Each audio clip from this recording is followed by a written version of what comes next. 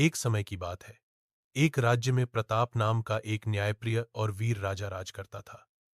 उसका राज्य सुख शांति से भरपूर था।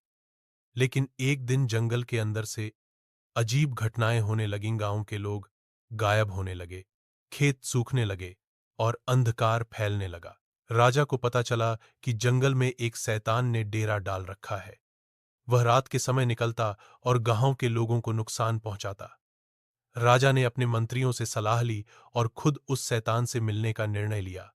अगले दिन राजा अपनी तलवार लेकर जंगल की ओर चल पड़ा।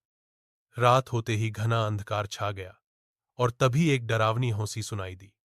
शैतान प्रकट हुआ, लंबा, काला, आग जैसी आंखें और आवाज में गरज। उसने राजा से कहा, जो भी इस जंगल में आता है उसका अंत निश्चित है। लेकिन राजा डरा नहीं। उसने कहा, तेरा अंत अब निश्चित है, क्योंकि तू मेरे प्रजा का शत्रु है। दोनों में भयंकर युद्ध हुआ। शैतान के पास काले जादू की शक्ति थी, लेकिन राजा के पास साहस, बुद्धि और धर्म बल था। राजा ने शैतान की कमजोरी पहचान ली। वह सूरज की रोशनी से डरता था। राजा ने योजना बनाई और अगली सुबह सूरज उगते ही शैतान को एक ऊंची चट्टान पर खींच ले गया। सूरज की किरण पड़ते ही शैतान चीखते हुए जलकर राख हो गया।